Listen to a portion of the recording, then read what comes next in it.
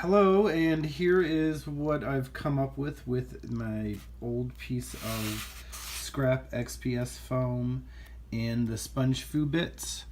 There's the slope. I said I wanted the entrance to be open, but I put a rubble pile here, and I think this sponge foo bit is really gonna look pretty when painted. I also did an internal corridor. If you look, let's look at like a bird's eye view. This right here would be an internal wall, which I think adds a nice little bit of story. Also the rubble pile at the front. The tallest measurement from up here to the ground is almost 5 inches. So that's a pretty decent sized piece of terrain. This right here is 2 inches. And so that's about another 3 inches, I guess. Here we go, bird's eye view of the terrain piece. There's the internal wall I was talking about, the rubble pile, the ramp entrance. All that, whoops. See how easy that is to move? That's because I used the PVA method. I did use some hot glue on a couple spots, but yeah. Also, I think what I'm gonna do in my original plan was to carry out a wall. I think the wall was coming out this way. So I may attach a chunk of wall another couple inches and go up. We'll see. Hello, and here's an update. It's looking really messy, but that's because the glue is still really wet and drying on this section. So the plan is to extend the wall coming down off the piece, probably about 4 inches, I guess. And to do that, I'm going to use the rest of my sponge foo blocks and cardboard from the unicorn cereal, which was pretty good.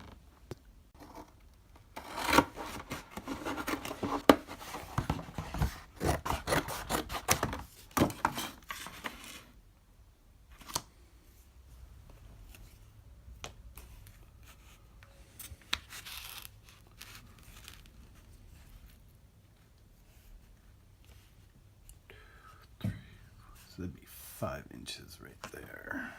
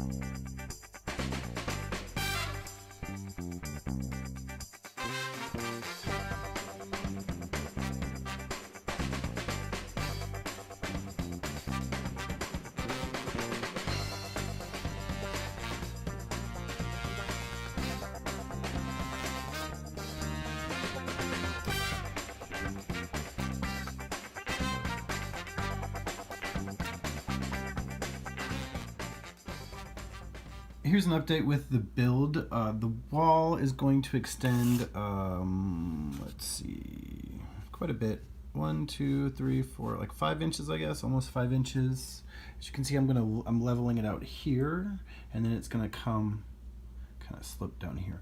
I might do a rubble pile in this corner, just because I think it kind of makes sense to have some here. But there's an idea of what the build is.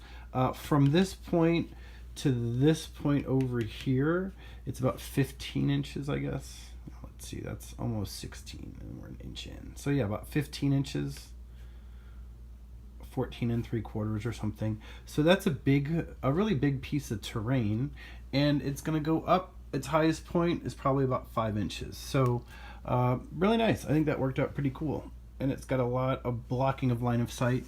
I still have to fill in a bit here. For this section, I used the hot glue gun because it went quick, and just a piece of cardboard cereal box, which I will cut down at some point. But right now I have it extra big. And I like the hot glue. I forgot how much I like the hot glue because it hardens quick. So I might be back to being a convert, even though I did burn myself quite a bit. Nothing majorly blistered yet. But yeah, so I think that's going to be a pretty cool terrain piece, especially with the other two that I have, which would be this one, which is just going to be like a flocking grass and stone, and then the other ruins. I think it'll be a nice little piece and can kind of tell a little triptych of the story for a game board. I've been using the hot glue because it's faster. Here is a bit of a rubble pile that I've created, as if the wall has fallen inward from here and maybe in from here as well. So I think the piece is turning out really nice. I will eventually trim down this cardboard here and probably add some smaller bits and rocks. If you look close, here are some of those scraps that I was said to keep a hold of. I think that adds a nice little effect to the terrain, especially when it gets painted. So there you go. And here is a bird's eye view of the piece. I said I was going to keep this simple, but of course I had to go extra. So this is the other side, and I've got more crumbled ruins because it just seemed to make sense that these would fall down here. So there's the go. The glue gun is going strong. There's the edition, like the 5-inch edition, and my Frostgrave books.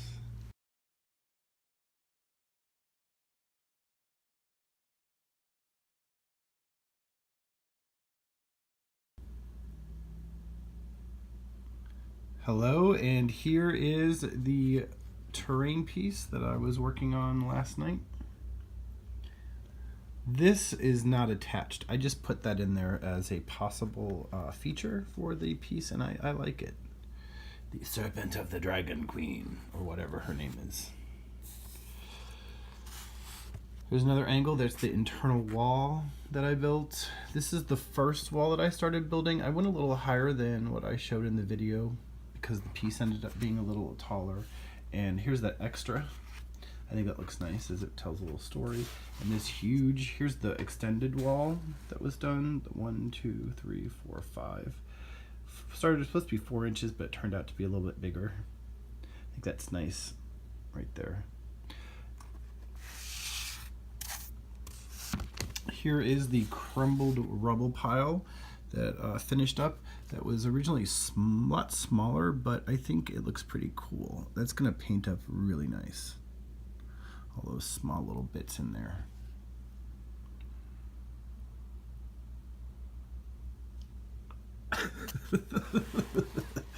So yeah, this is not attached. I think I am going to put that in there. That adds a really nice detail, and I think it adds a blocks line of sight. It'll be good for Frostgrave. Even though this is a donation to Heroes, I plan on playing on it with Frostgrave. There's Jack Frost. There's Persia. There's our Jackalope Mount Mini. That's pretty cool. That turned out really nice. Whoops. Surprisingly enough, I had overestimated what was going to be needed. So I made some modular brick walls for the gift to Heroes. And I used the cereal box as the base and the sponge foo. Here's some close-ups. You can see the detail. There you go. I added a little bit on this side to give it a little more stability. I mean, you can still easily knock it over, but it adds a little more stability to the piece. And then here's the second one. I really love modular terrain. These two little bits, if I just situate this right so you guys can see it all. Pardon me, jackalope. Pardon me, cowboy and jackalope. But these two little bits just add so much to your gaming terrain options. I mean, look at that. It just increased. That is almost, if we go from, this could easily go for 2 feet. This could easily be a 2-foot long piece of terrain. Oh yeah, easily. Just with the, let me get this out of the frame so you don't confuse it with the, don't confuse the cast-offs with the actual piece put together. There you go, unicorn.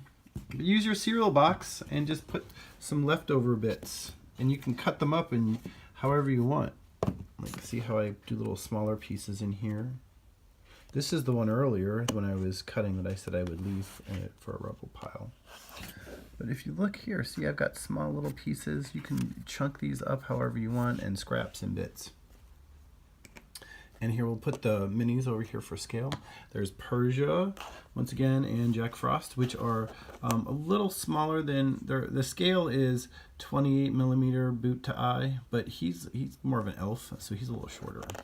And then Persia is a shapeshifter, so she can appear however she wants with those horns. But in Legend, she has one swan foot, so here she is with the swan's foot. I would not mess with her.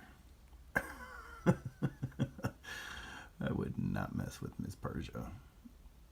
She'd also be a good Baba Yaga if you wanted to take her there. But yeah, extra little pieces. Make some modular, which is one of my favorite ways to make terrain. Make some modular gaming terrain.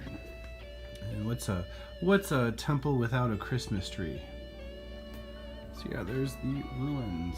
I think those are going to be painted. Those are going to paint up really nice. Ruins and Preston.